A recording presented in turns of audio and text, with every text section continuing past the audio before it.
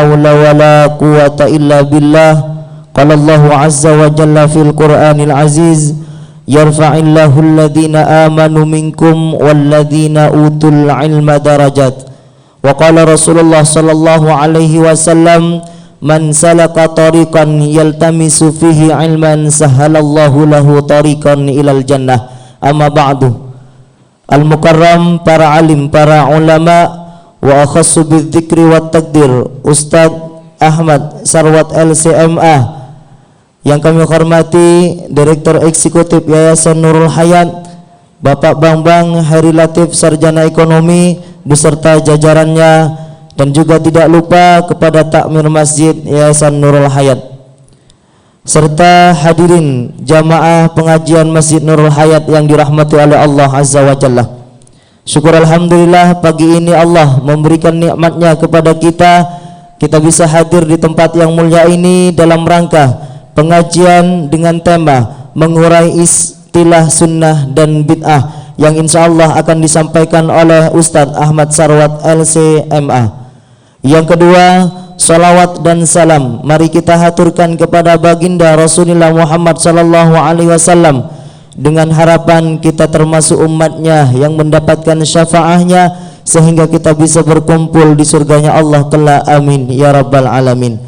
Hadirin jamaah yang dirahmati oleh Allah Azza wa Jalla, saya selaku membawa acara akan membacakan susunan acara. Yang pertama pembukaan, dilanjut dengan acara yang kedua, yaitu pengajian yang akan disampaikan oleh Ustadz Ahmad Sarwat LCMA dengan tema mengurai istilah sunnah dan bid'ah.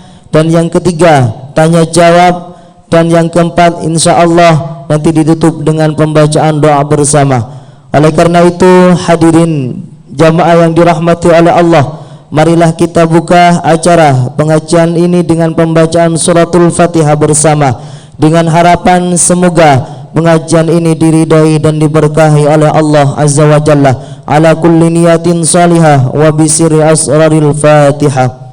A'udzu billahi minasyaitonir rajim. Bismillahirrahmanirrahim. Maliki yaumiddin. Iyyaka na'budu wa iyyaka nasta'in. Ihdinas shiratal mustaqim. Shiratal ladzina an'amta 'alaihim ghairil maghdubi 'alaihim waladdallin. Amin.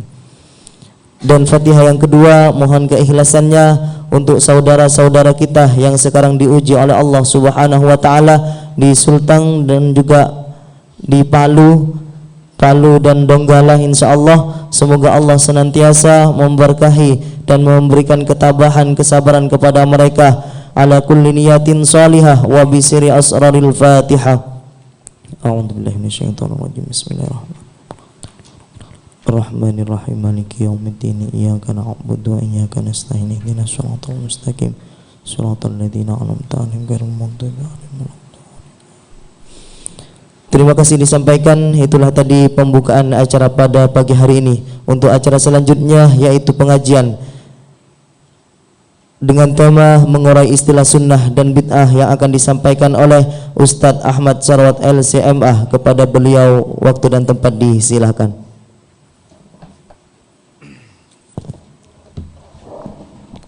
Bismillahirrahmanirrahim. Assalamualaikum warahmatullahi wabarakatuh. Alhamdulillah alladzi bi ni'matihi tatimmus shalihat. Asyhadu an la ilaha illallah wa asyhadu anna sayyidana wa nabiyyana Muhammadan abduhu wa rasuluh. Allahumma salli wa sallim wa barik ala hadzal nabiyyil karimi Muhammadin wa ala alihi wa ashabihi wa ansarihi wa junudihi wa man jahada fi sabilillahi ila yaumiddin. Amma ba'du. Ikhwati wa akhwati fillah rahimakumullah, hadirin Bapak Ibu jamaah yang dirahmati Allah. Tema yang mau kita bahas ini saya tidak mau berpanjang kalam basa-basi, mau langsung to the point. Jadi istilah sunnah dan bid'ah. Kita awali dulu dengan istilah sunnah. Istilah sunnah ini digunakan oleh beberapa cabang ilmu sekaligus, dan definisinya tentu harus disesuaikan dengan masing-masing disiplin ilmu. Kita mengenal ada istilah sunnah dalam ilmu fikih yang artinya ibadah yang kalau dikerjakan dapat pahala dan kalau tidak dikerjakan dosa enggak?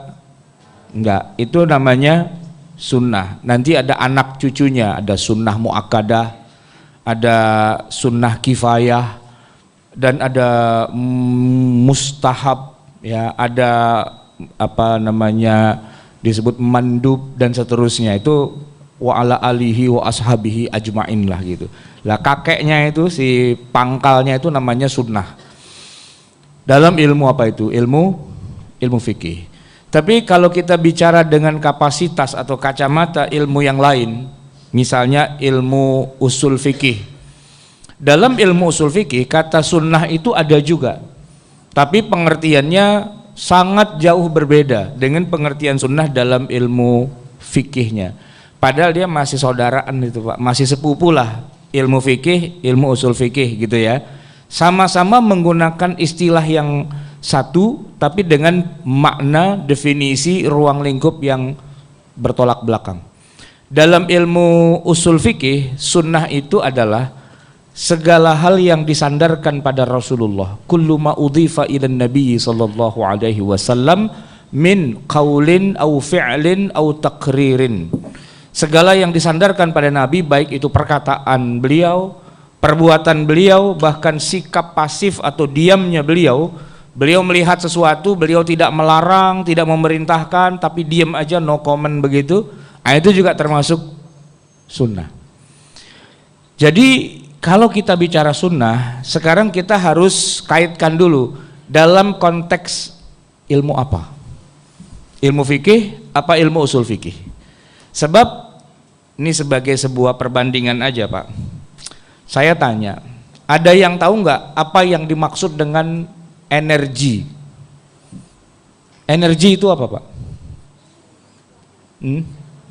Energi itu apa? Iya, yang dimaksud dengan energi itu apa?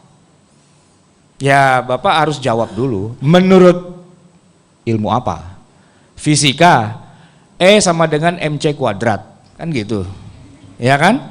Menurut apa dulu energi? Nanti ada menurut metafisika, energi positif gitu, energi negatif gitu. Lah itu nggak ada hubungannya dengan E sama dengan MC kuadrat, nggak ada, ya kan? Terus dalam ilmu kesehatan atau dalam ilmu biologi lah yang gampang, saya lagi males nih, lagi kurang energi, kan gitu ya. Nah, nanti dalam ilmu pertambangan kan ada kementerian energi. Lah itu energi yang dimaksud apa itu? Energi positif apa negatif? Sama-sama menggunakan istilah energi, tapi disiplin ilmu apa? Ya kan? Nah itu jangan kemudian nanti kita berantem, enggak energi itu ini, energi itu ini. Ntar dulu, jangan berantem dulu. Energi yang kita mau bicarakan dalam konteks ilmu apa? Sunnah gitu juga, ya kan? Masih ada lagi dalam ilmu kalam atau ilmu tauhid atau ilmu akidah ada juga istilah sunnah. Istilahnya itu ahli sunnah wal jamaah, atau istilahnya itu sunni, orang-orang yang sesuai sunnah gitu kan. Nah dalam ilmu akidah kalau dibilang ahli sunnah atau sunni itu maksudnya apa? Apakah kalau dikerjakan berpahala dan ditinggalkan tidak berdosa? Bukan.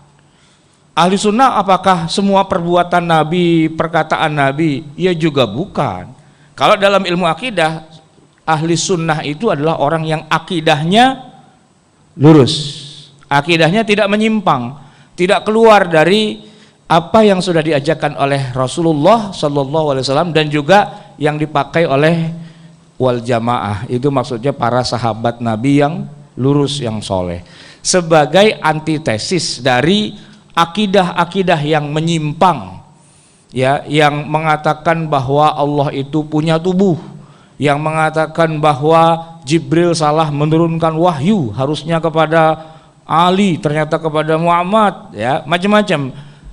Pokoknya aliran-aliran yang menyimpang dari agama Islam secara ilmu akidah gitu ya.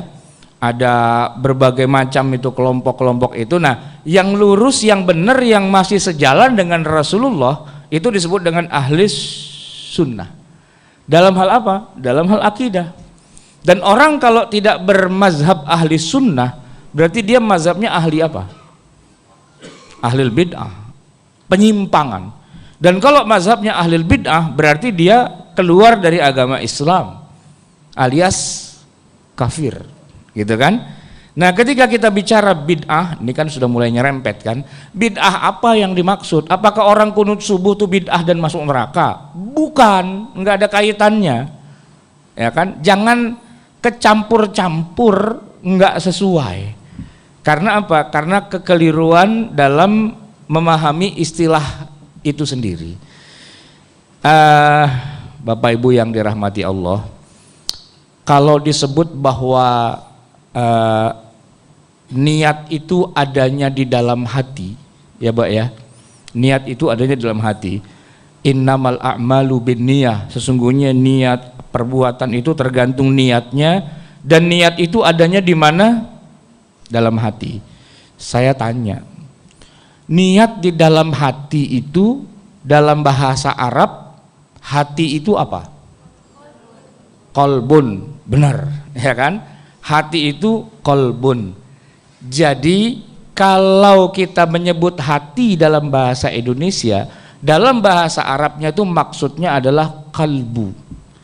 Tapi kalau kita bicara secara biologis dalam bahasa Arab, kalbu itu artinya bukan hati. Apa? Jantung, gitu loh. Jadi kalau dibilang niat itu di dalam hati, an-niyatu fil qalbi, sebenarnya terjemahan yang tepatnya apa? Niat itu di dalam jantung. Tapi kita ketawa, jantung, hati, gitu kan? Nah, dalam bahasa Inggris, hati itu apa? Heart, ya kan? Lambangnya itu, nah ini, ya kan? Nah, tapi coba lihat di kamus, heart itu artinya apa? Jantung, bukan hati. You are my heart, kamu adalah jantungku, kan begitu kan? Bukan hati, itu yang kena panah nyos gitu tuh. Itu hati apa jantung? Nah, itu dia masalahnya. Dalam bahasa kita, semua penerjemahan heart itu menjadi hati dan bukan jantung. Harusnya jantung, tapi dalam bahasa kita ternyata bukan jantung, tapi hati. Nah, kalau mau benar-benar itu dalam bahasa Inggris harusnya kita mengatakan, saya mengatakan tulus ikhlas dari lubuk hati yang terdalam, itu I say from my liver, harusnya gitu. Saya menyatakan cinta ini from my liver, bukan from my heart, gitu kan? From my liver. Nah, jamaah sekalian, kita dalam menggunakan istilah saja itu udah meleset sana, meleset sini, meleset sana, meleset sini. Maka ketika kita ngomongin sunnah bid'ah, ntar dulu, sebelum kita ribut, kita sepakati dulu, sunnah dalam disiplin ilmu yang mana, ya. Jadi udah kita pelajari tadi ada 3 ya. Sunnah menurut ilmu fikih, artinya apa? Ibadah yang kalau dikerjakan mendapat pahala dan ditinggalkan tidak berdosa. Menurut ilmu usul fikih, sunnah itu adalah apa? Ya, semua pekerjaan, perkataan yang dinisbahkan kepada Rasulullah, baik itu perkataan, perbuatan atau sikap diamnya Nabi. Nah, kalau dalam ilmu akidah, ilmu tauhid, sunnah itu adalah ahli sunnah, orang yang akidahnya tidak menyimpang, yang lurus. Nah, yang menyimpang itu yang mengatakan Tuhan ada 2, itu menyimpang. Itu yang dikatakan ahlul bid'ah, yang dikatakan kullu bid'atin dhalalah wa kullu dhalalatin finnar, yang itu orang yang akidahnya rusak. Harusnya Nabi Muhammad yang Nabi kita, ternyata dia menyatakan Ali bin Abi Thalib yang harusnya jadi Nabi, bukan Muhammad. Keliru, Jibril menurunkan wahyu. Nah, itu akidah begitu menyimpang, ya kan? Atau mengatakan masih ada lagi Nabi sesudah Nabi Muhammad, masih ada orang yang tetap menerima wahyu sampai hari kiamat. Itu menyimpang, enggak bisa kita terima. Atau mengatakan tidak ada kehidupan sesudah kehidupan nyata ini, tidak ada akhirat-akhiratan, tidak ada alam barzakh, tidak ada alam kubur, tidak ada alam akhirat. Kalau kita mati, ya mati aja sudah selesai begitu saja. Itu akidahnya menyimpang. Itu yang namanya ahlul bid'ah, orang yang akidahnya tuh bid'ah. Nah, jadi kalau dibilang ada hadis mengatakan wa kullu bid'atin dhalalah, semua bid'ah itu sesat, itu bid'ah bukan dalam pengertian yang lain, tapi bid'ah dalam arti semua yang akidahnya menyimpang dari agama Islam yang paling dasar gitu ya, maka ya dia kafir, dia keluar dari agama Islam dan dia masuk neraka. Namanya orang kafir ya pasti masuk neraka. Nah, oleh karena itu sekarang kita harus sepakat dulu apa yang dimaksud dengan sunnah di sini. Nah, jamaah sekalian, itu sunnah. Sekarang kita ngomongin yang satunya lagi, apa itu bid'ah. Bid'ah ini juga bikin bingung banyak orang di antara kita. Karena ada hadis yang satu dengan yang lain saling bertentangan ketika menggunakan kata bid'ah. Di satu sisi Nabi pernah bersabda kullu bid'atin dhalalah, semua bid'ah itu sesat. Dan ada yang nanti meneruskan wa kullu dhalalatin finnar, semua yang sesat itu masuk neraka. Nah, tetapi di sisi yang lain Rasulullah atau Umar bin Khattab radhiyallahu an juga pernah mengucapkan istilah bid'ah, tapi maknanya itu tidak negatif, maknanya justru positif. Yaitu ketika beliau dengan para sahabat menghidupkan kembali sholat tarawih yang sudah libur selama puluhan tahun. Sholat tarawih. Gara-garanya di zaman Nabi tarawih itu kan baru dilaksanakan 3 malam. Malam pertama nggak begitu banyak jamaah di masjid. Malam kedua agak ramai, malam ketiga ramai sekali. Saking ramainya itu Nabi kemudian ketakutan dan menghentikan jamaah itu untuk malam-malam berikutnya beliau nggak keluar dari rumah. Jadi jamaah yang sudah hadir di masjid bubar. Besoknya begitu ketemu Nabi, Nabi mengatakan fa inni khasyitu an tuftarada alaikum. Saya takut salat tarawih ini diwajibkan pada kalian. Maka sejak itu Nabi sudah nggak pernah lagi mengerjakan salat tarawih berjamaah di masjid. Sejak malam keempat sampai malam terakhir itu tidak ada tarawih berjamaah di masjid. Dan sampai akhir hayat Rasulullah juga tidak ada tarawih. Jadi tarawih dilakukan oleh Nabi di masa beliau hidup itu cuma 3 kali. Malam pertama, kedua, dan ketiga. Mungkin itu pula yang membuat banyak umat Islam hari ini yang menjalankan tarawih sebagaimana Rasulullah. Ramainya itu malam pertama, malam kedua, malam ketiga. Itu kalau malam pertama, kedua, ketiga ramai banget itu. Tapi begitu kesananya kan Nabi sudah nggak mengerjakan lagi ya, mereka juga udah nggak mengerjakan lagi. Lalu Rasulullah wafat, diganti Abu Bakar, diganti Umar. Nah, di zaman Umar banyak orang yang kalau malam Ramadan ke masjid sholat tarawih sendiri-sendiri atau baca Quran sendiri-sendiri. Jadi masjidnya tuh kayak berdengung gitu, semua sendiri-sendiri. Nah, kata Umar, bukan begini tarawih yang diajarkan di masa Nabi. Enggak. Satu orang jadi imam, yang lain jadi makmum, kita semua dengarkan bacaan imam. Ubay, maju, kamu ngimami. Dan jangan sampai berakhir Ramadan ini kecuali kamu sudah mengkhatamkan Al-Quran. Jadi sejak itu mulai lagi ada tarawih di masjid dari malam pertama sampai malam yang terakhir, setiap malam dan setiap tahun sampai sekarang ini. Saat itulah Umar berkata, ni'matu bid'ah hadhihi. Sebaik-baik bid'ah itu ini dia. Jadi sholat tarawih itu hukumnya bid'ah gitu loh. Tapi bid'ah terbaik. Nah, saya tanya, dosa apa berpahala? Berpahala. Jadi nggak apa-apa kalau dibilang itu bid'ah, nggak apa-apa. Kenapa? Karena ternyata pengertian bid'ah itu beda-beda. Ya, setidaknya ada 2 ittijah, ada 2 kategori dalam menyebutkan istilah bid'ah. Yang sebenarnya sama juga. Ya, yang pertama mengatakan begini. Tidaklah dikatakan suatu amal itu bid'ah kecuali memang amal itu haram dilakukan. Tidak disebut bid'ah kecuali kalau memang haram. Jadi tidak ada kaitannya perbuatan itu di masa Nabi sudah berlangsung atau belum.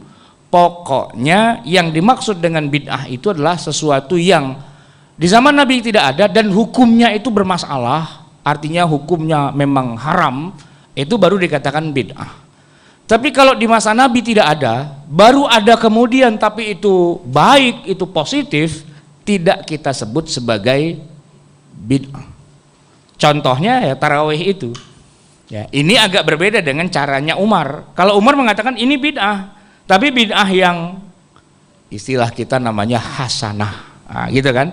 Kalau ada yang bilang, "Wow, tidak ada bid'ah hasanah, semua bid'ah dolalah." Anda benar. Anda benar. Tapi yang dimaksud dengan bid'ah dolalah maksudnya adalah yang di zaman Nabi tidak ada, sekarang baru ada dan memang sesat. Gitu. Dan memang sesat. Contohnya apa? Di zaman Nabi tidak ada orang berdiskusi tentang wujud fisiknya Allah. Wujud fisik, Pak. Ya. Begini. Allah itu ada di mana? Nah, ini pertanyaan yang kalau dijawab bermasalah, enggak dijawab bermasalah. Tapi kira-kira ini cuman karena sekedar buat simulasi aja. Ada yang tahu nggak Allah itu di mana sebenarnya? Hah? Allah di atas, di langit, di arasy, atau di dalam diri kita? Bingung situ. Karena semua ada dalilnya. Kalau dibilang Allah dalam diri kita, ada ayatnya. Wa huwa aqrabu minhu, wa huwa aqrabu minka. Dia Allah itu lebih dekat kepadamu daripada hablil warid, urat-urat nadi kita sendiri. Allah lebih dekat kepada kita daripada urat nadi kita sendiri. Berarti Allah ada di mana? Di mana? Urat nadi kita di mana? Di dalam tubuh. Lebih dekat kepada kita daripada urat nadi. Jadi Allah di mana? Kan puyeng kan? Puyeng itu. Gimana jawabnya gitu kan? Ada dalilnya. Nah, orang yang bertanya kayak gini di zaman Nabi tidak ada. Nggak ada sahabat bertanya, "Ya Rasulullah, Allah di mana?" Itu nggak ada. Dan yang mendiskusikan kayak gitu ayel-ayelan juga nggak ada. Nah, maka Imam Ahmad mengatakan wassu'alu anhu bid'ah. Bertanya tentang fisiknya Allah kayak apa itu bid'ah. Nggak usah dipertanyakan. Pokoknya kita yakin Allah itu ada, urusan Allah mau ada di mana, Allah yang tahu. Gitu ya kan? Cuman memang ada bahasa-bahasa perlambang. Ya, perlambang itu nanti kita bisa berbeda pendapat gitu. Nah, itu yang dikatakan bid'ah yang sesat. Contoh bid'ah yang sesat itu tadi mengatakan bahwa masih ada lagi nabi sesudah Nabi Muhammad. Ada orang yang menerima wahyu sesudah Nabi Muhammad. Itu bid'ah yang sesat. Tapi kalau menghidupkan kembali tarawih yang di zaman Nabi tidak ada kecuali cuma 3 hari, lalu dihidupkan, itu bukan bid'ah. Ada yang mengatakan itu bukan bid'ah, ada yang mengatakan ini ijtihad yang kedua itu bid'ah tapi yang baik. Tinggal pilih, mau dibilang bid'ah pastinya bid'ah yang baik, atau mau dibilang bukan bid'ah ya terserah. Gitu. Contoh lagi nih, mushaf Al-Quran. Itu benda paling bid'ah sedunia, mushaf Al-Quran. Sebab di masa Rasulullah mushaf itu tidak ada. Tidak ada mushaf. Yang ada suhuf. Tahu nggak bedanya antara mushaf dengan suhuf? Apa? Suhuf itu cuma selembar, seayat gitu aja. Tapi kalau mushaf itu yang sudah 30 juz. Di masa Nabi yang 30 juz nggak ada. Tahu nggak sebabnya? Tahu nggak sebabnya? Di masa Nabi kenapa tidak ada Quran yang 30 juz? Tahu nggak kenapa sebabnya? Belum turun semua, ya kan? Belum turun semua.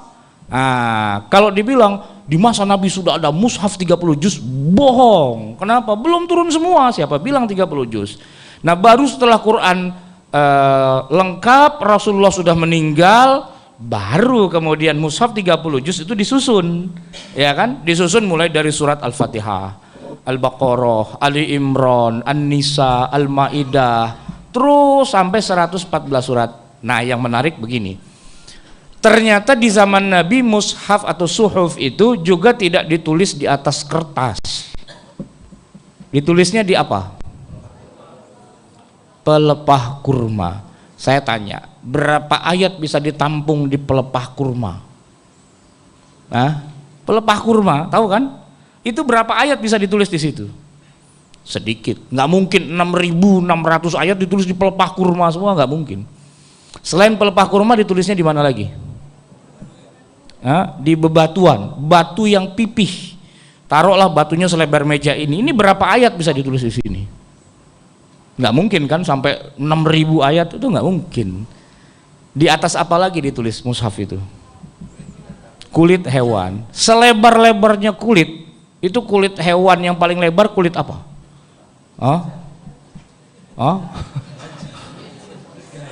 Kulit gajah. Ya selebar-lebarnya kulit unta lah gitu, paling lebar kan. Tapi nggak mungkin ditulis semua Quran di atas satu kulit, itu nggak mungkin gitu ya kan. Malah ada yang di di atas tulang ya, mungkin bukan tulang ayam. Kalau tulang ayam gimana nulisnya?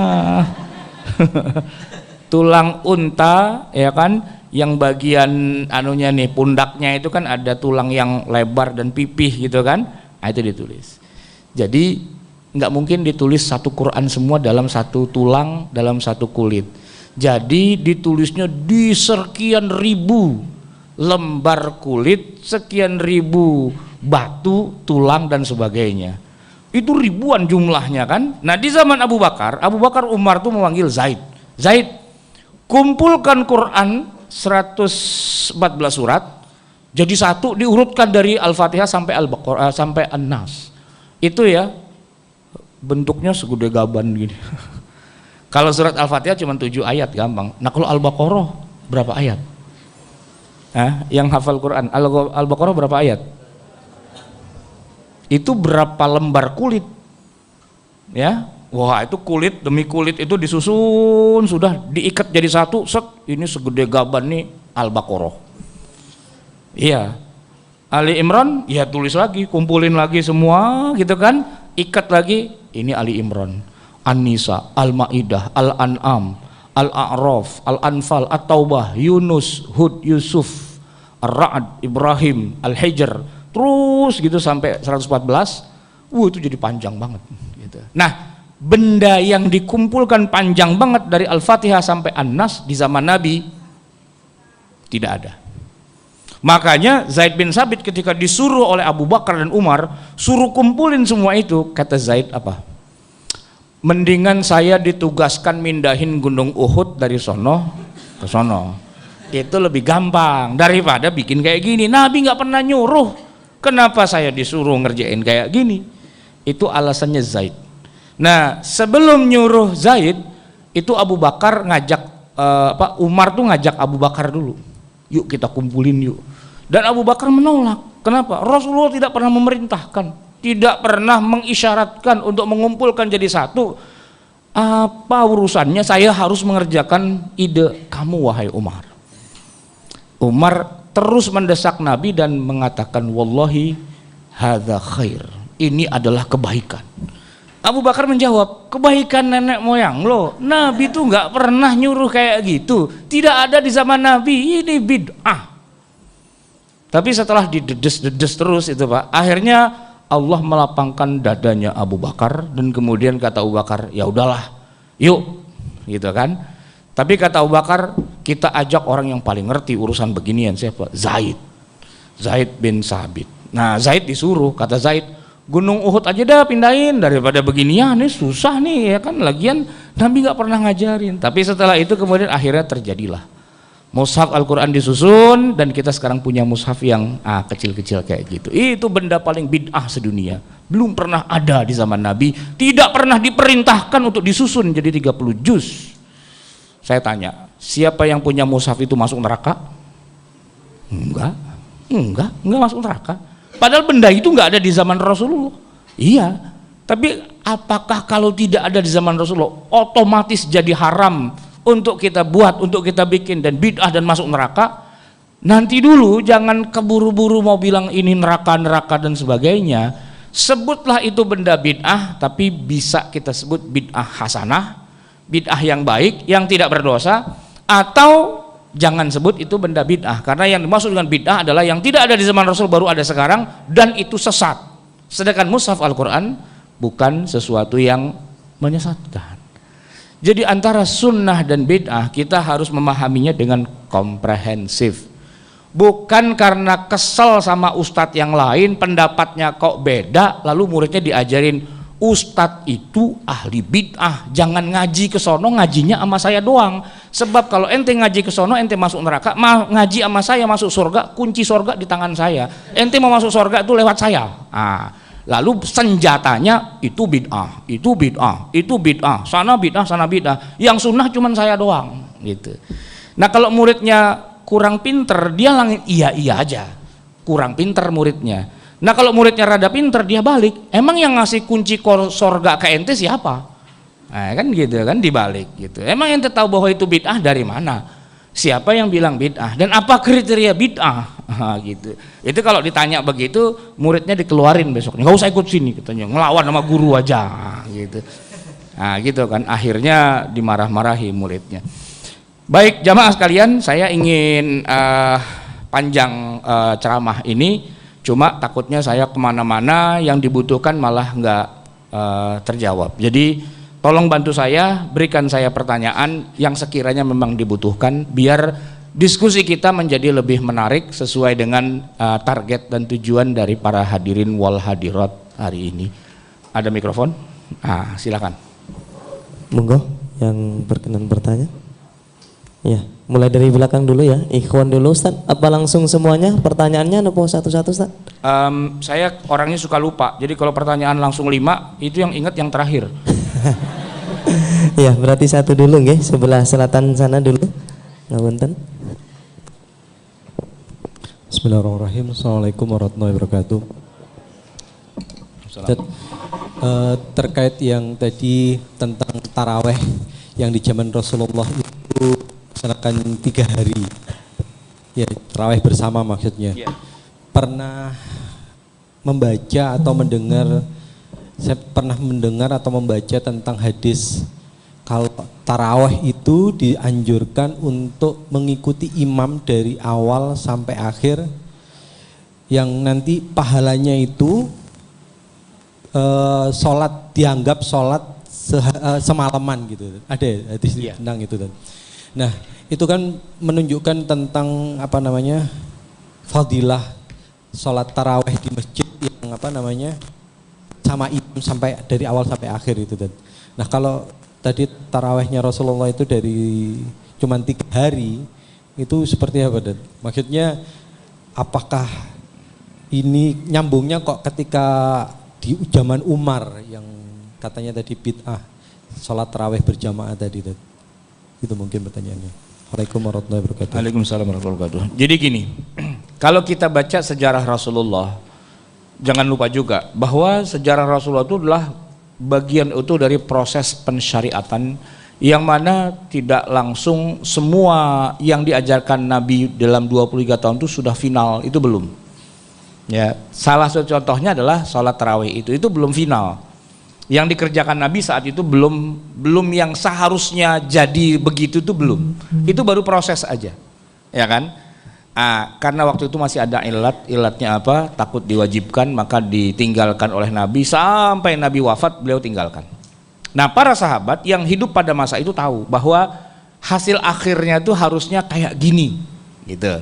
Mereka tahu, ya kan? Cuman karena di masa mereka itu, di masa Rasulullah itu ada ilat, yaitu nggak mau sampai nanti diwajibkan sama Allah, jadi mereka tahan dulu, keep dulu sampai Rasulullah wafat dan Jibril tidak mungkin menurunkan wahyu lagi, baru mereka buka gitu.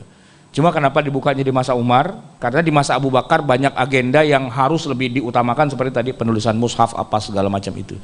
Jadi Abu Bakar kan tidak lama, cuma 2 tahun, ya kan.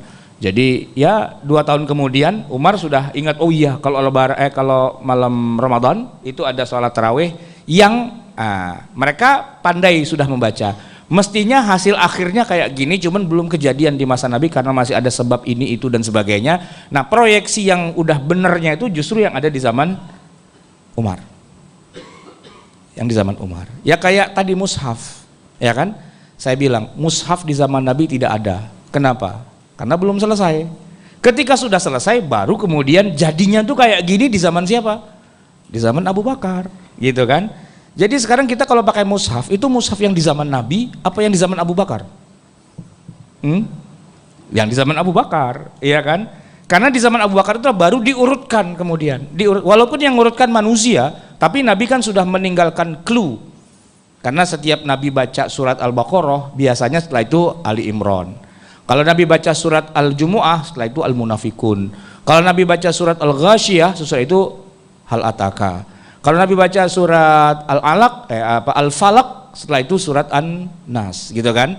Dari sana itu para sahabat jadi tahu, oh urutannya ini, gitu kan? Tapi kan belum turun semua, ditunggu dulu, belum disusun menjadi yang sudah jadinya, ditunggu.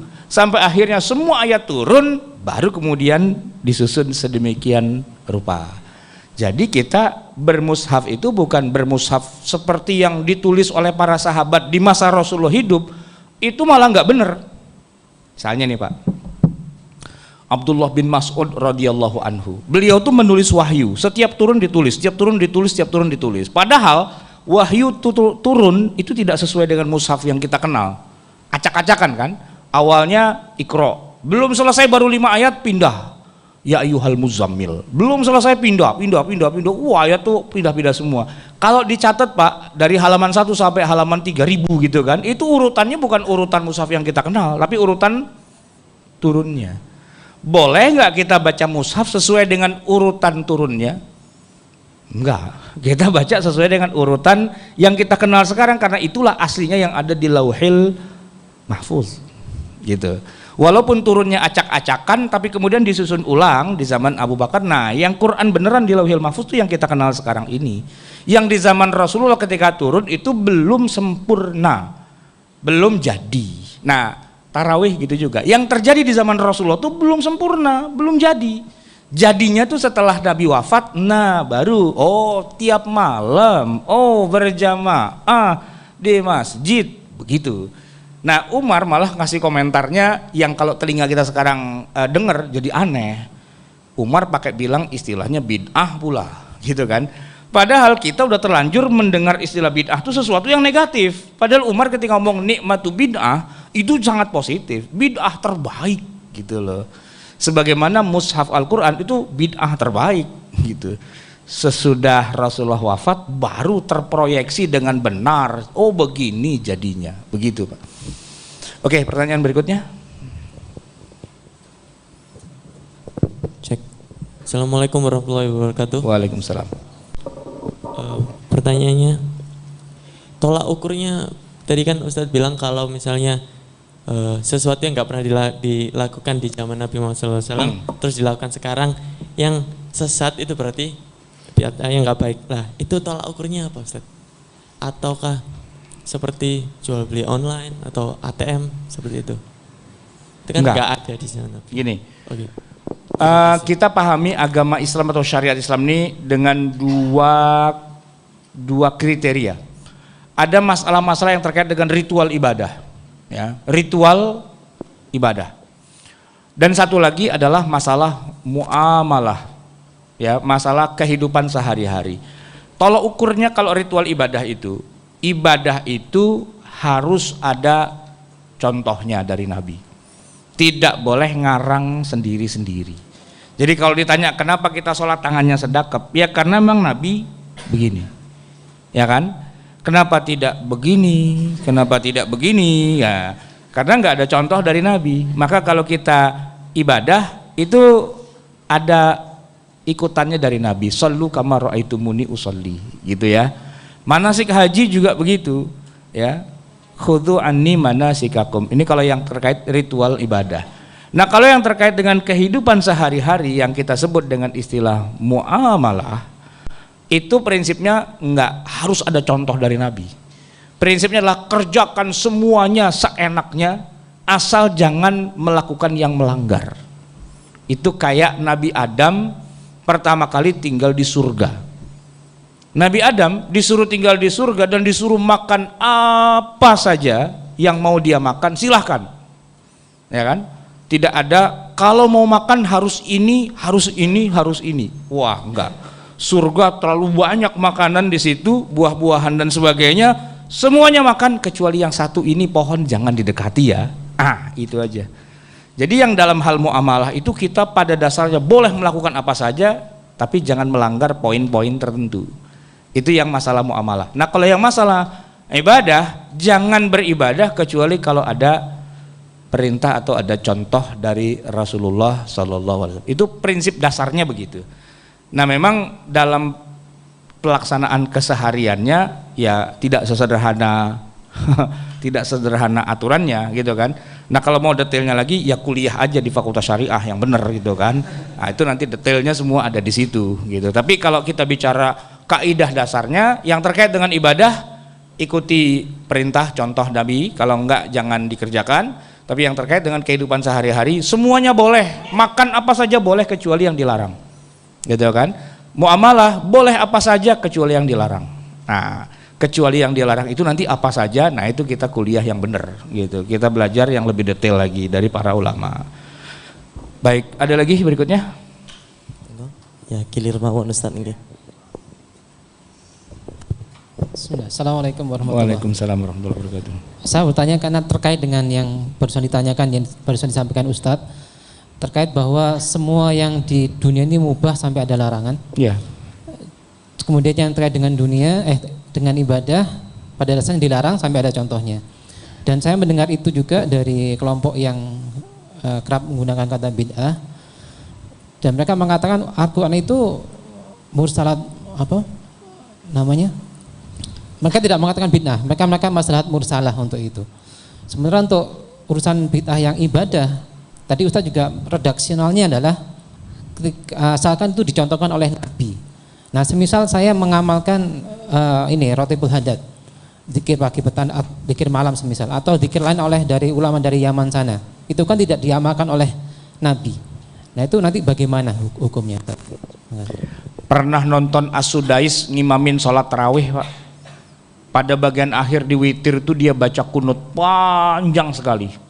Sampai saya hitung tuh ada 20 menit kunutnya. Dan kunutnya itu sebagian lafaznya ngambil dari Al-Quran, sebagian ngambil dari hadis-hadis Nabi, tapi sebagian lagi dia ngarang sendiri. Allahumma ansuril mujahidina fi kulli makan. Amin. Allahumma ansuril mujahidina fi Filistin, amin. Gitu ya. Fi Rohingya, amin. Fi Indonesia, amin. Fi Lombok, amin. Emang ada Nabi berdoa dengan pakai begituan? Enggak ada. Tapi dikerjakan oleh As-Sudais. Kira-kira dia masuk neraka enggak tuh, Pak? Kira-kira masuk neraka enggak dia? Nah, gini Pak, kalau baca Quran tidak boleh ngarang sendiri ayatnya, ya kan? Karena Quran. Kalau hadis nggak boleh ngarang sendiri hadisnya. Tapi kalau doa Pak, ud'uni astajib lakum, berdoalah padaku, aku kabulkan, ya kan? Lah isi doanya apa harus sama dengan Quran? Ya enggak. Apakah harus ada di hadis? Ya enggak. Ya doa. Ya kita doa, maunya kita apa? Ya kita doa. Itu perintah Allah. Walaupun Nabi tidak mencontohkan ya contoh teks doanya, tapi berdoa itu masyru', perintah Allah. Isinya terserah kita. Jadi walaupun di dalam sholat ada 4 tempat berdoa, yaitu pada saat kita berdiri kunut, itu tadi Sudais sampai 20 menit ngarang sendiri, cerita tentang dunia Islam, ya. Saya mengatakan Sudais ini bukan kunut, itu lagi baca dunia dalam berita, gitu. Mestinya dunia Islam semua. Dan sah. Ruku itu ada doa, sujud ada doa, dan pada tahiyat akhir sebelum salam itu ada doa. Cuma syaratnya satu, tidak boleh pakai bahasa Jawa, tidak boleh pakai bahasa Indonesia, hanya boleh pakai bahasa Arab. Disitulah uriknya Sudais itu, curang dia karena dia bisa bahasa Arab, kita nggak bisa. Jadi kita susah mau doa di dalam sholat itu gimana, ya kan? Mau nggak mau kita doanya setelah salam. Assalamualaikum warahmatullahi, assalamualaikum warahmatullahi. Kan sudah selesai sholatnya kan? Udah sah sholatnya, kita doa, ya Allah Gusti Pangeran, ya kan? Dipun paringi sehat, paringi, ya, itu urusan kita lah gitu. Nah orang berdoa dengan bahasa dia, dengan permintaan dia, itu nggak bisa dibilang bid'ah. Yang intinya tuh doanya, isinya terserah kita. Nah kalau doa harus persis sebagaimana di Quran, lah kita kalau lagi doa mau minta kawin itu doanya apa gitu kan, nggak bisa. Doa lulus ujian kan nggak ada. Nabi zaman dulu nggak pernah ikut ujian Pak gitu. Ujian PNS itu nggak ada gitu. Kita mintanya ya Allah ujian PNS lulus gitu loh istilahnya. Ya kan, bagaimana melunakkan hati istri, ya kan? Soalnya mau kawin lagi tapi nggak boleh, itu gimana doanya? Itu kan nggak ada itu. Apa kita jadi nggak boleh berdoa sesuai dengan keinginan kita? Kan boleh. Nah jadi ketika kita berdoa, nah itu urusan kita. Begitu juga berzikir. Kita menyebut nama Allah, apakah harus persis yang dicontohkan oleh Nabi? Enggak juga. Orang mengingat nama Allah kok, ya kan? Itu tidak harus. Bahkan bersolawat pada Nabi, kalau intinya sih Allahumma sholli ala Muhammad. Tapi boleh nggak kita tambahi bunyinya Allahumma sholli ala Sayyidina Muhammad? Boleh nggak? Ya boleh-boleh aja. Kalaupun Nabi bilang, kan ada sahabat bertanya, ya Rasulullah, Allah bersolawat kepada anda, malaikat bersolawat kepada anda, dan kita disuruh bersolawat, cara solawatnya kita tuh gimana? Nabi menjawab, baca saja Allahumma sholli ala Muhammad. Begitu kata Nabi, ya kan? Terus kita bilang Allahumma sholli ala Sayyidina Muhammad. Kira-kira Nabi marah nggak? Ya enggak, ya kan? Jadi gini, ini di pengajian ya, ada jamaah bertanya, Ustadz mohon izin bertanya, Ustadz namanya siapa? Nanya ke saya, lalu saya jawab, nama saya Ahmad Sarwat. Gitu kan? Itu yang nanya MC-nya. Oh iya, dia tulis nama saya Ahmad Sarwat. Begitu dia bacakan, ditambahin. Pengajar kita hari ini namanya Al Ustaz Ahmad Sarwat. Enggak pakai Ustadz, Ahmad Sarwat aja. Kan saya nggak usah protes begitu kan, karena dia menghargai, malah dikatakan yang akan menyampaikan guru kita, ustadz kita, tokoh kita, orang tua kita, Ahmad Sarwat gitu kan. Lebay-lebay deh situ, bodoh amat gitu ya. Tapi tujuannya baik, tujuannya mau menghormati, tujuannya bukan mau menghina. Kira-kira saya tuh merasa dihina nggak dibilang gitu? Enggak, kecuali kalau nambahinnya yang jelek. Sebenarnya dia bukan ustadz sih sebenarnya, itu orang biasa aja gitu loh ya kan, cuma sok ngaku-ngaku ustadz. Nah itu saya getok palanya gitu kan. Karena isinya menghina. Lah kalau isinya memuji, ya nggak apa-apa toh, orang mau memuji nabinya kok nggak boleh? Kan kita disuruh menyanjung nabi kita, memuji nabi kita. Orangnya juga nggak ada kok. Ya mungkin kalau orangnya ada di depan Nabi Muhammad, beliau rada-rada udah nggak usah begitu-begitu amat gitu ya misalnya. Lah ini kan orangnya nggak ada, lah kita muji, wong bapak aja, bapak kita puji-puji kok gitu. Masa Nabi kita nggak boleh kita puji? Lalu dibilang itu bid'ah? Ya enggak. Jadi yang harus sesuai dengan Nabi itu ada ritual-ritual tertentu seperti sholat. Nah itu yang tidak boleh ditambah-tambahi. Tapi di dalam sholat kalau ada doa, doanya boleh ngarang sendiri. Ya itu yang menarik. Sholat itu kan tidak boleh bacaannya keluar dari bacaan sholat. Tapi giliran di situ disunnahkan untuk berdoa, nah di situ ada space, ruang untuk kita ngarang sendiri doanya, walaupun di dalam sholat. Itu di dalam sholat aja boleh, apalagi di luar sholat. Saya di dekat rumah saya itu ada kiai yang kalau baca doa, jarang sekali kita kasih mikrofon, mimpin doa. Kenapa? Panjang banget doanya itu. Dia nyebutin semua nama-nama kiai, nama ulama se-Jawa dan se-Indonesia disebutin, wa ila hadrati Syekh Hasyim Asy'ari, wa ila hadrati, wa ila hadrati, wa ila. Saya bilang, woi kelamaan, udah bilang aja wa ala alihi ajmain gitu aja kan. Itu dia senang nyebutkan kayak gitu karena udah jadi wiridannya dia setiap hari. Apakah itu bid'ah? Ya enggak lah. Maksudnya apakah gara-gara orang mendoakan alim ulama yang sudah wafat terus gara-gara itu dia masuk neraka semua? Ya enggak. Harus dibedakan mana ibadah ritual yang ada aturannya, mana yang aturannya sedikit agak longgar, mana yang bisa dimasuki dengan ibarah datang dari kita dan sebagainya. Itu jelas sebenarnya gitu. Jangan kemudian sholawat pakai sayyidina langsung masuk neraka. Aneh banget ya. Saya mau menghormati nabi saya, kok gara-gara saya tambahin sayyidina terus jadi saya masuk neraka gitu. Misalnya begini Pak, baca Quran itu kalau bagian akhir kita bilang shadaqallahul azim, itu benar nggak? Kata-kata shadaqallahul azim itu benar nggak? Benar, walaupun itu bukan Al-Quran. Tapi teman saya emang ada yang rada saklek, nggak boleh baca shadaqallahul azim, nanti dikira ayat. Saya bilang orang yang mengira itu ayat itu bego banget. gitu kan. Kenapa?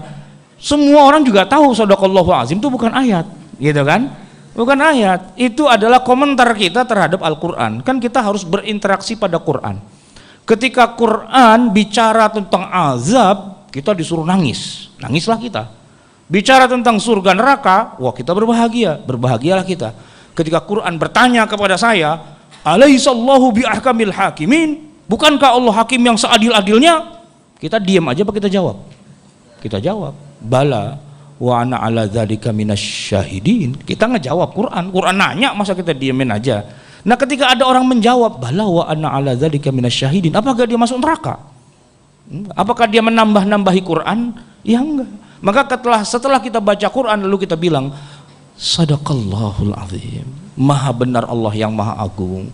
Itu kan sebuah penghargaan kita, apresiasi kita pada Quran itu.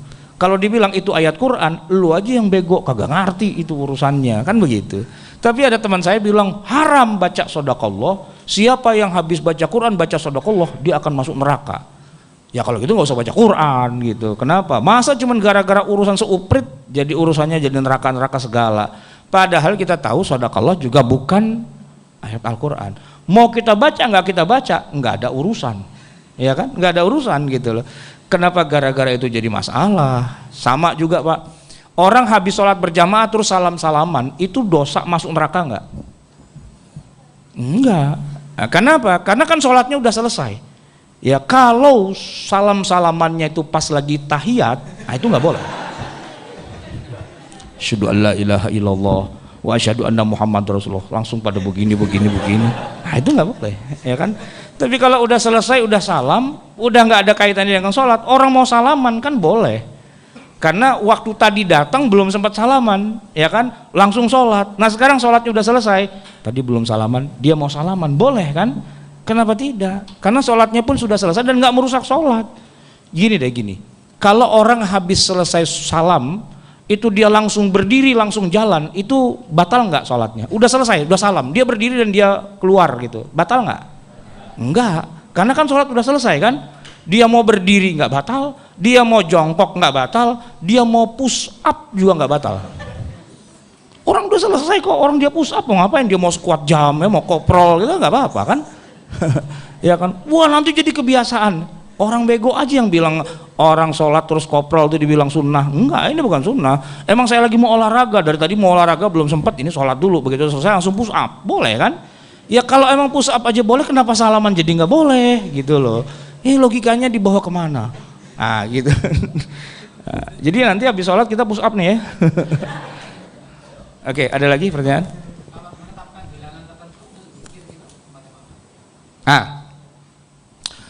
Menetapkan bilangan tertentu zikir. Jadi begini Pak,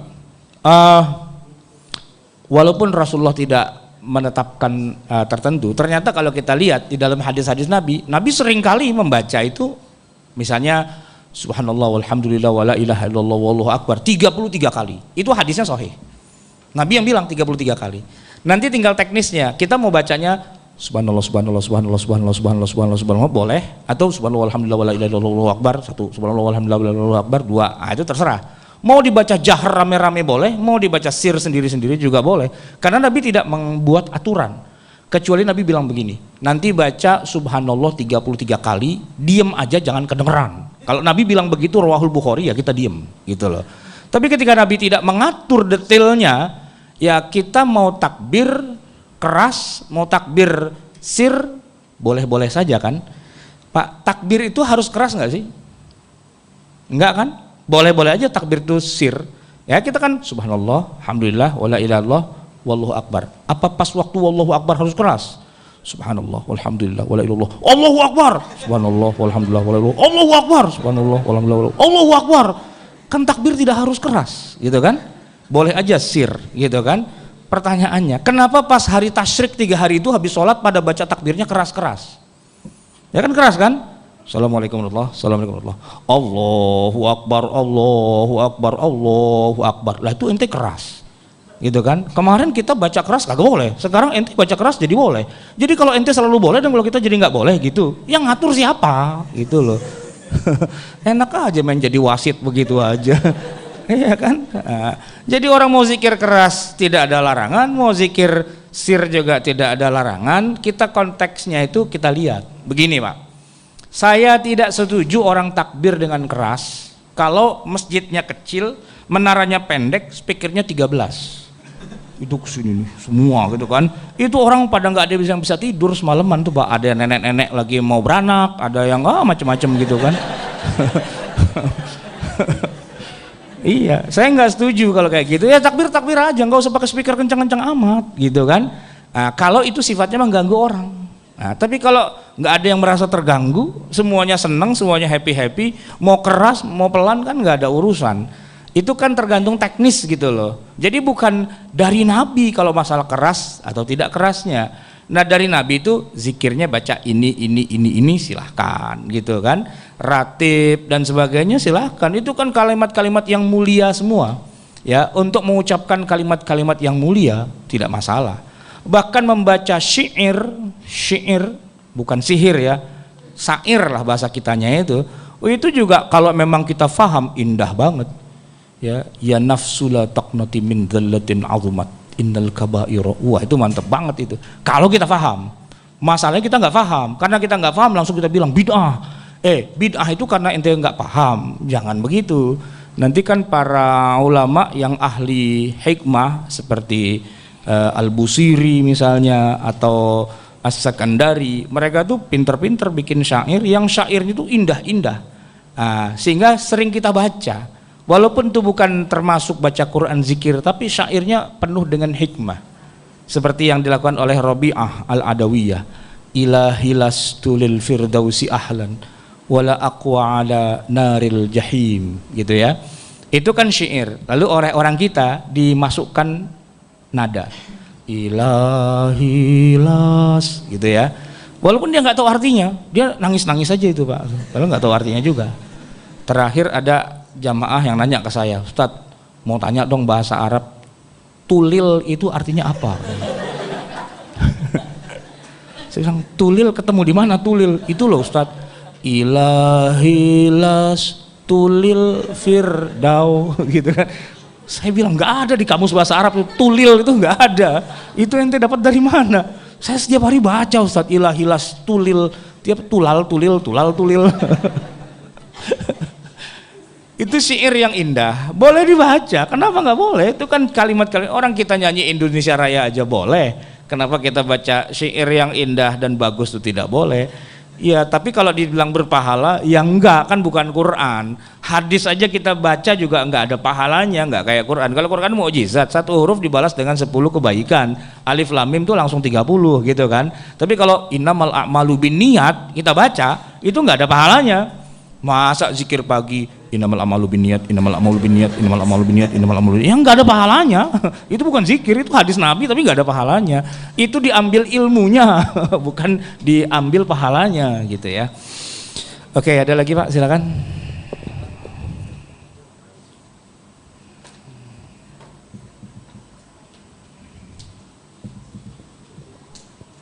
Assalamualaikum. Ustadz mau tanya. Di tempat saya kan biasanya ada acara dibaan gitu loh Ustadz. Itu dibaan termasuk bid'ah atau tidak?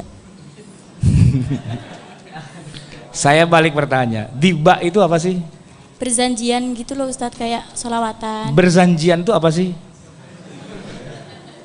Enggak, saya tanya dulu. Tahu nggak berzanji itu apa? Tidak. Nggak tahu. Lah kok dikerjain? Ayo boleh tanya ke teman-temannya, tiba itu apa, berzanji itu apa?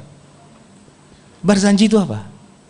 Berzanji itu kau berzanji, kau yang mengingkari. Apa? Gak ada yang tahu Ustaz. Lu gak ada yang tahu? Soalnya di tempat saya tuh nyebutnya dibaan gitu. Iya. Cuman gini. Barzanji ya, itu nama orang. Syekh Al-Barzanji. Beliau adalah salah satu pemenang dari lomba menulis bait-bait puisi tentang kelahiran Nabi dalam bahasa Arab yang indah. Dia punya 2 karya, Barzanji itu. Karya yang dalam bentuk nasar dan yang berbentuk nazam. Nathar itu kayak apa namanya yang pakai kofiah itu apa ya bahasa kitanya? Nathar itu nazam itu yang ya apa namanya yang kayak pantun yang ada bait-baitnya. Kalau nasar itu yang prosa gitu kan. Nah itu dia memulai dengan kalimat yang indah. Saya juga baru tahunya ketika saya kuliah di Libya di pusatnya Wahabi itu baru tahu gitu ya. Abtadi'ul imla'a bismidzatil aliyah mustadirran faydal barakati ala ma ana lahu wa aulah wa usannihi dan seterusnya itu panjang itu kan. Itu kalimatnya indah-indah gitu loh. Saya kalau dengarnya bisa nangis tuh. Indah banget menggambarkan bagaimana kehidupan Rasulullah gitu kan. Jadi itu untuk memenangkan perlombaan membuat bait-bait syair tentang kelahiran Rasulullah. Salah satu yang menang itulah Syekh Al-Barzanji itu. Dan kita untuk mengenang karya sastra yang sangat indah itu kita bacakan di dalam event-event kehidupan kita. Ada orang melahirkan bayi, kita bacakan syair-syairnya itu. Itu jadi kalau cara kita sih ya bahasa kita, yaitu ya dinyanyikan lagu-lagu apalah gitu kira-kira. Kelasnya lagu aja, ya tidak ada istilahnya itu nilai pahala kayak Quran gitu enggak. Tapi itu adalah dibacakan itu menjadi suasananya menjadi indah. Itu ya kalau di bagian kan Barzanji itu di setiap fasolnya itu dikasih penutup. Atirillahumma qabrahul karim bi'arfin syadhiyyin min salati wa taslim Allahumma salli wa sallim wa barik alaih. Itu indah banget. Yang ngerti tapi gitu loh. Yang kagak ngerti mah cuman teriak-teriak aja. Berkatnya cepetan keluarin ini udah dikit lagi mau. Gitu kan. Nah itu sebenarnya indah kalau yang ngerti sastra. Tapi kalau bagi yang nggak ngerti sastra ya jadi begitu-begitu aja. Kayak bunyi-bunyian apa gitu dia nggak paham gitu. Nah tim Maulid Barzanji yang sering dia dipanggil ke sana kemari itu kadang-kadang suaranya enak banget dan membuat kita ini yang mendengar itu menikmati gitu. Cuman pas udah selesai, pas lagi makan-makan tuh saya tanya, tadi ente suara bagus banget, ngomong-ngomong ente paham nggak? Enggak Ustadz. Lah terus ente ngapain lu teriak-teriak tiap hari begitu? Ya itulah, ya saya tugasnya nyanyi doang Ustadz gitu. Dia nggak paham apa yang sedang dia lantunkan itu. Nah kalau bicara bid'ah, mau dibilang bid'ah boleh gitu. Tapi apakah bid'ah yang dimaksud adalah bid'ah yang membuat orang itu jadi masuk neraka gara-gara melakukan itu? Karena di zaman Nabi tidak ada? Ya enggak. Sebab di zaman Nabi juga tidak ada sekolahan, ya kan? Apakah sekolah di masa Nabi yang tidak ada? Sekarang kita sekolah, kita jadi sarjana, gara-gara itu kita masuk neraka? Ya enggak juga, ya kan? Bahkan kita ini, tubuh kita, ini juga semuanya benda bid'ah. Karena di masa Nabi kita belum ada, berarti kan kita bid'ah semua ini kan? Termasuk yang ngomong bid'ah, dia juga benda bid'ah juga, karena di masa Nabi dia enggak ada. Tapi apakah kalau di masa Nabi tidak ada lantas kemudian hari ini jadi haram hukumnya? Nanti dulu, ya kan? Karena di zaman Nabi ya, di zaman Nabi itu para sahabat nggak ada yang faham kalau baca Quran mana fa'ilnya, mana maf'ulnya itu nggak tahu. Mereka nggak tahu bahwa fa'il itu marfu dan nggak tahu kalau maf'ul itu mansub dan nggak tahu huruf jar itu nggak tahu. Sahabat loh itu nggak ada yang tahu. Kenapa? Ya karena belum dibikin ilmu nahwu, ilmu sorof zaman itu belum bikin. Jadi kalau kayak Bilal kita suruh baca hafalan maju ke depan huwa huma hum hiya huma hunna anta antuma antum anti antuma antuna ana nahnu, Bilal nggak bisa. Orang belum ada ilmunya kayak gitu. Itu ilmu kayak gitu itu bid'ah semua. Di zaman Nabi nggak ada. Termasuk kalau kita baca Quran, misalnya saya baca nih ya, bener apa enggak? Mewaraihim, harusnya bacanya apa? Mewaraihim, kan gitu ya. Itu hukumnya apa? Nun mati ketemu wau, hukumnya apa? Idgham bi gunnah, bid'ah. Di zaman Nabi nggak ada idgham bi gunnah itu. Tapi para sahabat kalau baca mewaraihim gitu kan, sebutan idgham bi gunnahnya itu nggak ada karena ilmunya belum disusun.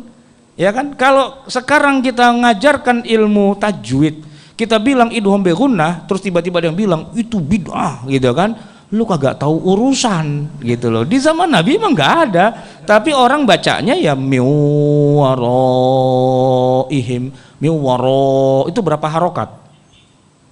Berapa harokat? Miwaroihim itu mad jaiz muttasil apa mad wajib munfasil apa?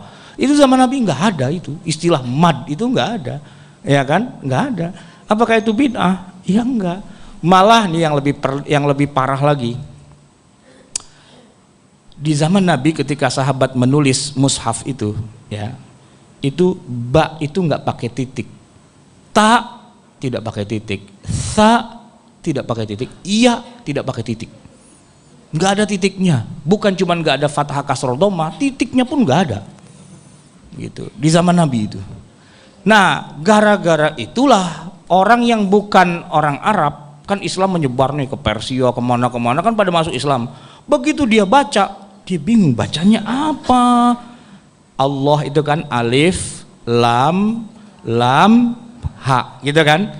Kalau kita udah belajar, kita tahu walaupun tidak ada harokatnya, kita tahu oh alif, lam, ba, berarti Allah, gitu kan. Tapi kalau yang nggak pernah belajar, dia bisa baca ililihi, bisa jadi kan. Ululuhu, bisa juga, ya kan? Ya enggak, karena nggak ada barisnya, gitu. Muhammad, kita sih udah tahu Muhammad tuh mim, ha, gitu kan. Mim lagi dal, gitu kan. Kalau walaupun kita ilmu bahasa Arab nggak banyak, tapi kalau ngelihat tulisan kayak gitu, oh kita bilang oh itu Muhammad, gitu.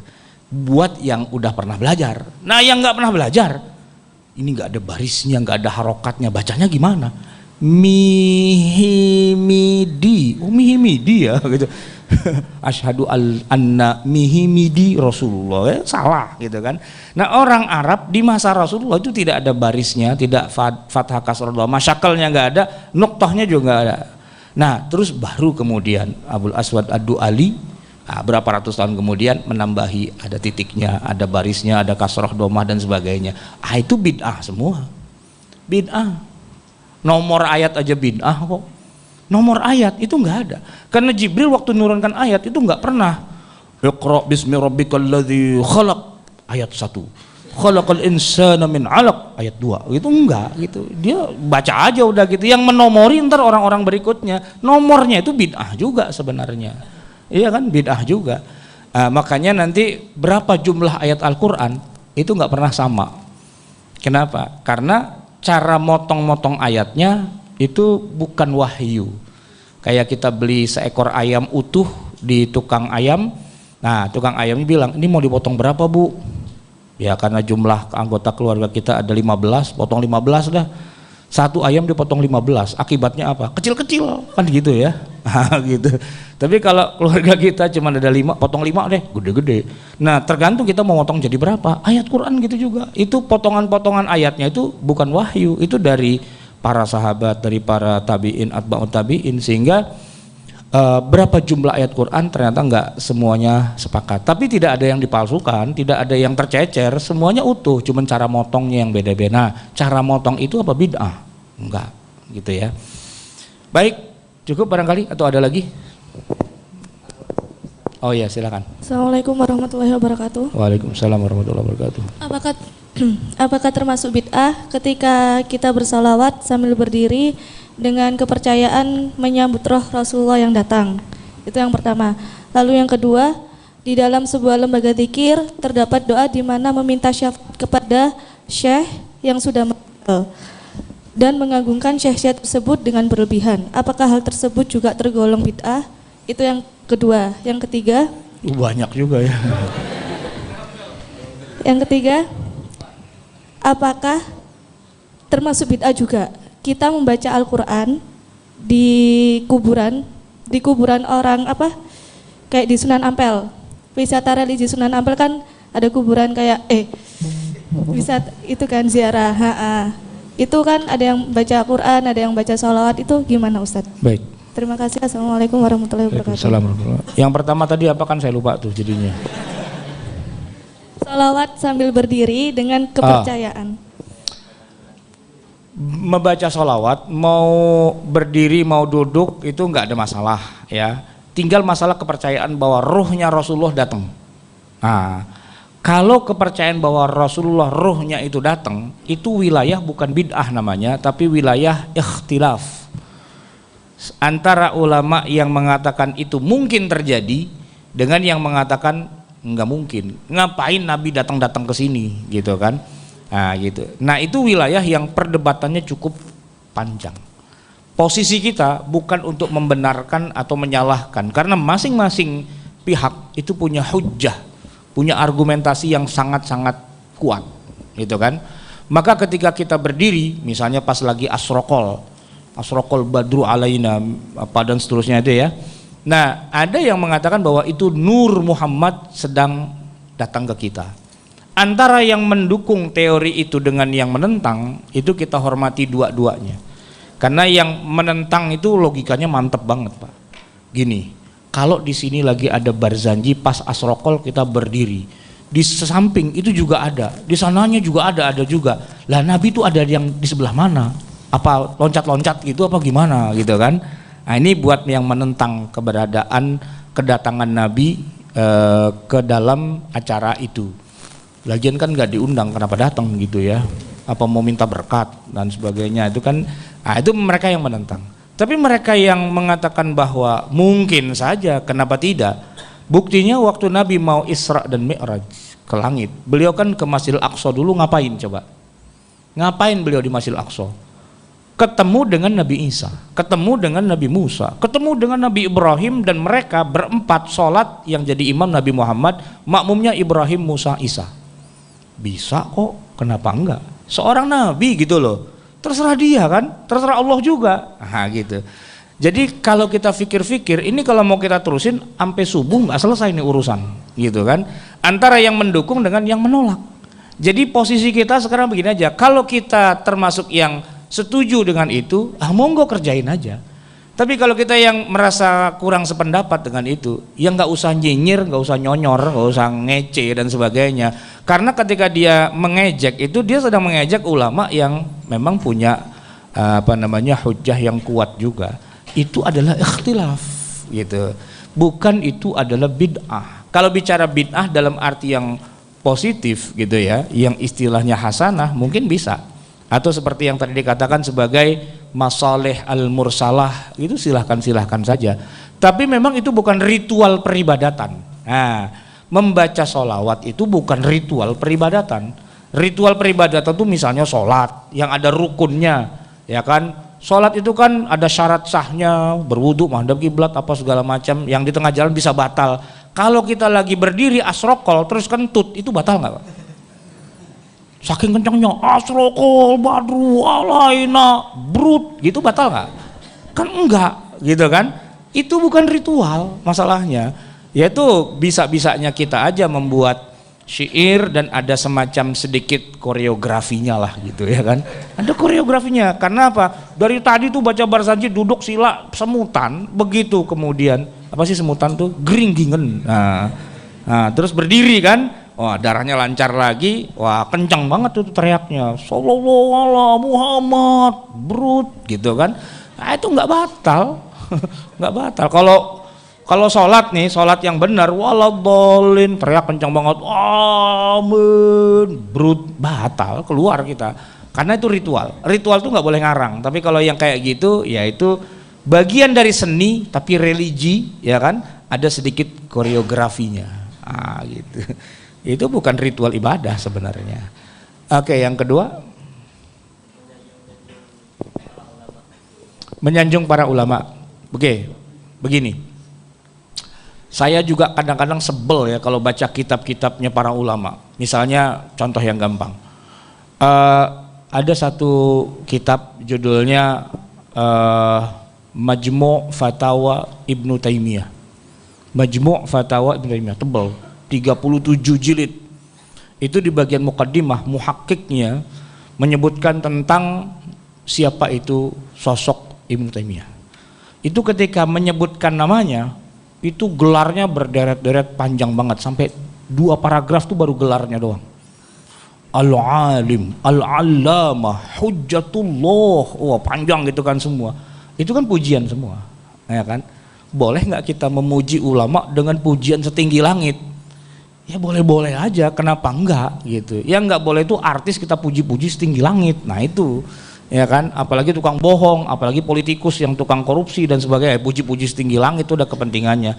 Ulama gitu loh, mau dipuji, ya terserah kita lah, kita merasa kagum dengan ilmunya, kita merasa suka dengan ajarannya, ya kita puji-puji, urusan kita. Kenapa jadi memuji manusia itu menjadi tidak boleh? Memuji itu pada dasarnya boleh, apalagi di depan orangnya. Setidaknya duitnya keluar itu, ya kan? Calon mertua, ya kan? Mau anaknya mau kita nikahi, kiai ini kiai besar, ya kan, santrinya banyak. Kalau datang ngelamar, bisa nggak kita bilang, Pak Kiai yang orangnya biasa-biasa aja ini, ya tolong dong saya mau nikah sama anak ente, itu ditabok Pak gitu kan. Ya minimal kita mulai, wah saya belum pernah datang ke pesantren sebesar ini berkat Pak Kiai. Ya kan, santrinya luar biasa, rajin-rajin, hafal Quran semua, ini berkat Pak Kiai. Saya nggak bisa membayangkan kalau di kampung ini tidak ada Pak Kiai dengan pesantrennya, jadi apa kampung ini? Kata kiainya, udah besok nikah gitu kan, langsung kan. Nah, ya caranya mengambil hati kan dengan cara kita memuji orangnya, tapi ya memujinya bukan yang istilahnya terlalu basi, enggak juga. Pada dasarnya setiap orang suka dipuji, ya kan? Dan pada dasarnya setiap orang tidak susah dimaki. Nah, oleh karena itu memuji orang yang memang berhak dipuji itu sah-sah saja. Ya, apalagi seorang ulama, apalagi orangnya sudah meninggal, enggak apa-apa. Yang agak sungkan itu kan memuji di depan orangnya langsung, karena emang ada maunya, ada udang di balik rempeyek gitu ya. Nah, tapi kalau memang orangnya sudah wafat, ulamanya ulama besar, ya kita puji ya monggo-monggo aja, nggak ada masalah. Cuman yang lucu begini, ini contoh nih ya, saya kan dari komunitas orang-orang Nahdiyin juga, yang kalau apa-apa tuh ila hadratin Nabi, ila arwahi Syekh Abdul Qadir Al-Jilani gitu kan. Syekh Abdul Qadir Al-Jilani itu sebenarnya dia ulama fikih, ya dibandingkan ulama tasawuf dia lebih banyak ulama fikih, dan fikihnya itu mazhabnya ternyata bukan Syafi'i. Dia mazhabnya Hambali gitu. Lucu kan, orang kita orang NU mazhabnya Syafi'i, kok ngirim Fatihahnya kepada orang yang mazhabnya Hambali, kan kebalik harusnya kan. Dan saya tanya, kenapa enggak ila hadratil Imam Asy-Syafi'i rahimahullah, kan harusnya lebih cocok kan sesuai dengan mazhabnya. Tapi ya begitulah egalitarianisme dalam Islam. Gitu. Walaupun beda mazhab tetap dikirimin Fatihah. Cakep kan berarti kan? Karena Imam Ahmad bin Hambal setiap hari Jumat, itu mengirimkan beribu-ribu Fatihah buat ruhnya guru beliau, Al-Imam Syafi'i. Anaknya protes, Syafi'i melulu sih dikirimin Fatihah. Kata Imam Ahmad, iya suka-suka, gurunya siapa? Ya guru saya, lu kirimin aja sama orang lain. Kalau saya guru saya itu Syafi'i, orangnya top gitu kan, dia kirimin Fatihah gitu. Gak ada masalah mengirimkan Fatihah kepada orang yang sudah meninggal dunia. Kenapa? Karena hadisnya sahih, sesahih-sahihnya, ya kan? Laqinu mautakum bila ilaha illallah, iqra'u mautakum Al-Quran. Itu hadisnya sahih banget. Bacakan orang yang sudah meninggal di antara kalian la ilaha illallah, dan bacakan suratul Fatihah atau bacakan Al-Quran, Iqra, suratul Yasin dan sebagainya, panjanglah ceritanya itu. Dan hampir semua ulama tidak ada satupun yang mengatakan tidak sampai, termasuk Imam Ibnu Taimiyah, Imam Ibnul Qayyim, yang mereka sering dijadikan sebagai rujukan, semua sepakat bahwa membacakan Quran dengan niat nuhdiha, ya, nuhdi sawabuha ila khususon ila abi wa ummi wa jaddi wa jaddati wa dan sebagainya, Al-Fatihah, itu nggak ada masalah gitu, sampai. Hatta kalaupun misalnya tidak sampai, dosa nggak? Ya enggak. Itu akan berbalik lagi kepada kita yang bacain Fatihah, kita akan dapat pahalanya juga kan. Baca Quran itu berpahala. Kenapa jadi dosa orang baca Fatihah gitu ya? Bahwa nanti ada orang yang tidak setuju bacain Fatihah kepada orang sudah meninggal, ya monggo aja, tapi jangan bilang kita ini bid'ah. Kita punya dalil lebih banyak dari punya ente gitu. Dalilnya sedikit ngatain bid'ah, ntar kalau kita balas bingung ya kan, dengan dalil yang lebih banyak lagi gitu. Yang terakhir itu baca apa di Sunan Ampel, baca apa? Al-Quran. baca Al-Quran diniatkan kepada orang yang sudah wafat kan, kepada yang dia dalam kuburnya itu kan.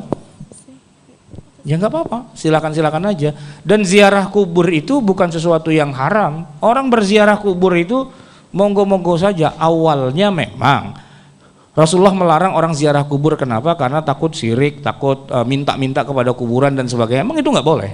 Tapi setelah akidahnya kuat, Rasulullah mengatakan ala fazuruha, silakan berziarah. Pertama mendoakan orangnya pasti. Kalau kita doain orangnya, tentu orangnya senang kan. Nah kita akan dapat kebalikannya juga, akan dapat kebaikannya juga. Yang kedua, untuk merasakan. Kalau sekarang saya berziarah, besok bisa jadi saya yang diziarahi, kan gitu. Maka kita datang ke kubur itu jangan lupa doakan, dan setidaknya begitu masuk area pemakaman kita ucapkan salam. Salam, assalamualaikum ya ahlal kubur, itu kan? Itu senang banget yang di alam kuburnya itu, karena dapat doa. Salam itu kan doa. Dan jangan dikira mereka nggak dengar, mereka dengar. Bahkan mereka menjawab. Cuma jawabannya kita nggak dengar. Kalau sampai kita dengar, kita pulang, nggak jadi gitu kan. Masa itu bilang assalamualaikum ya ahlal kubur, di sono jawab waalaikumsalam, waalaikumsalam, waalaikumsalam. Yang satu bilang waalaikumsalam, kapan nyusul? Kagak jadi.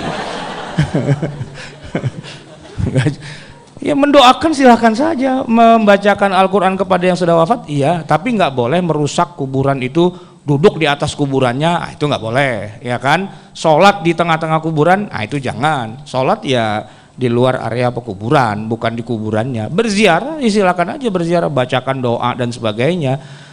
Seneng banget orang yang diziarahi kubur, sebagaimana nenek kita sudah tua, giginya tinggal 2, kita datangin ke rumahnya, lalu kita nanya gimana kabarnya nek, gitu kan, seneng banget. Apalagi diajak cerita-cerita masa lalu waktu masih muda, waktu masih jadi perawan ting-ting, jadi kembang desa. Sampai subuh itu nggak selesai-selesai ceritanya itu, nenek kita itu kan. Nah setelah itu kita bilang, nek bagi mobilnya dong 5, dikasih kita, ya kan, neneknya orang kaya, mobilnya banyak. Nah kita ziarah kepada orang tua kita, menyenangkan hatinya, bikin bunga hatinya. Cukup dengan ucapan salam saja itu udah bunga, apalagi kita bacakan doa gitu ya. Apalagi kita kirimkan, kita baca surat Al-Fatihah, kita baca Al-Baqarah dan sebagainya, boleh kita berikan kepada mereka. Anggaplah itu nggak diterima, juga nggak dosa pada akhirnya gitu. Cukup barangkali? Iya. Ada titipan satu pertanyaan Ustadz, ini bab fikih Ustadz. Bagaimana hukumnya gosen dan juga pembayaran via GoPay Ustaz? Wah itu panjang sebenarnya ya. Tapi gini aja, kalau mau dibilang itu haram, pertanyaannya sederhana. Letak ilat keharamannya itu di sebelah mananya, gitu kan? Ini kan gosen dan sejenisnya itu kan babnya kan bukan bab ritual ibadah, itu kan bab muamalah. Ketika muamalah pada dasarnya semua boleh, kecuali kalau ada yang dilanggar. Nah pertanyaan sederhana, dilanggarnya itu di bagian apanya? Apakah riba, ya kan? Apakah karena ada jahalah? Apakah karena ada hal-hal yang mungkar yang lain yang terdapat di dalamnya? Nah itu diskusinya mungkin agak panjang. Tapi gini aja, rata-rata para ulama di Indonesia tidak ada yang mengharamkan. Ada 1-2 gelintir yang kalau saya tanya dasarnya apa nggak kejawab juga. Jadi sebelum buru-buru mengharamkan gitu ya, kita posisinya adalah pada dasarnya al-aslu fil asya'i al-ibahah. Pada dasarnya segala sesuatu itu boleh dulu sampai datang satu dalil yang qat'i, yang kuat, yang disepakati oleh para ulama bahwa itu adalah membuat itu haram. Berarti itu haram. Gitu. Nah kalau tidak qat'i keharamannya masih wilayah, ada yang bilang halal, ada yang bilang itu, berarti namanya wala khilafiyah. Mungkin buat dia dan teman-temannya haram, ya sudah, nggak usah dipakai karena buat dia haram. Tapi yang lain memandang enggak kok, nggak sampai ke titik haram karena ilatnya nggak pas, kiasnya ma'al fariq misalnya begitu kan. Ya berarti kan pada dasarnya unsur yang mengharamkannya itu tidak kuat sehingga tidak sampai kepada itu adalah sesuatu yang diharamkan. Tapi diskusinya agak panjang kalau kita bahas di sini, jadi lain lagi ceritanya. Kira-kira itu bocorannya begitu. Monggo ditutup dengan doa Ustaz. Baik, jamaah sekalian, kita akhiri kajian kita pada pagi hari ini dengan kita bermohon ampun kepada Allah. Semoga Allah mengampuni semua dosa-dosa kita, dosa-dosa kedua orang tua kita. Semoga Allah pada akhirnya nanti mematikan kita dalam keadaan husnul khatimah. Allah masukkan kita ke dalam surganya, Allah jauhkan kita dari api nerakanya. A'udzu billahi minasyaitonir rajim. Bismillahirrahmanirrahim. Alhamdulillahirabbil alamin hamdan yuwafi ni'amahu wa yukafi mazidah. Ya Rabbana lakal hamdu wa lakas syukru kama yanbaghi li jalali wajhika wa li'azimi sultanik. Subhanaka la nuhsi thana'an 'alaika anta kama athnaita 'ala nafsik. Falakal hamdu hatta tarda wa lakal hamdu idza radit wa lakal hamdu ba'da ridha. Allahumma salli wa sallim wa barik ala nabiyyina Muhammadin wa ala ali Muhammad. Rabbana anfa'na bima 'allamtana, Rabbi 'allimna alladhi yanfa'una, Rabbi faqihna wa faqih ahlana wa qarabatin lana fi dinina ma'ahlil kutri untha wa dzakar. Rabbi wafiqna wafiqhum lima tartadi qawlan wa fi'lan karama warzuqil kulla halalan daima wa akhilla atqiya'a ulama nahda bil khair wa nukfa kulla syarr. Rabbana aslih lana kulla syu'un wa aqirra birridha minkal uyun waqdi anna rabbana kulla duyun qabla an ta'tiyana rusul manun waghfir wastur anta akraman satar wa salatullahi taghshal mustafa man ilal haqqi da'ana wal wafa bikitabin fihi linnasi syifa wa alal alil kirami syurafa wa ala sahbil masabihil ghurar. Allahumma hdina bihudak waj'alna mimman yusari'u fi ridhak wa la tuwallina waliyan siwak wa la taj'alna mimman khalafa amraka wa 'asak wa hasbunallahu wa ni'mal wakil wa la haula wa la quwwata illa billahil aliyyil azim. Wa sallallahu ala sayidina Muhammadin wa ala alihi wa sahbihi ajma'in. Subhana rabbika rabbil izzati amma yasifun wa salamun alal mursalin walhamdulillahi rabbil alamin. Assalamualaikum warahmatullahi wabarakatuh. Waalaikumsalam warahmatullahi wabarakatuh. Terima kasih barakallahu Ustaz. Itulah tadi apa yang telah disampaikan oleh Ustadz Sarwat LCMA. Dengan apa yang disampaikan oleh beliau manfaat untuk kita semuanya, amin ya rabbal alamin. Dan informasi kepada para jamaah sekalian bahwasannya 6 Oktober Nurul Hayat mengadakan acara di DBL dengan Sekuat Hijrah, dan tiketnya ada di bawah. Monggo langsung pesan sekarang Bapak Ibu sekalian. Dan juga terima kasih kepada para hadirin jamaah sekalian. Oleh karena itu mari kita tutup dengan doa kafaratul majlis. Subhanakallahumma wa bihamdika asyhadu an la ilaha illa anta astaghfiruka wa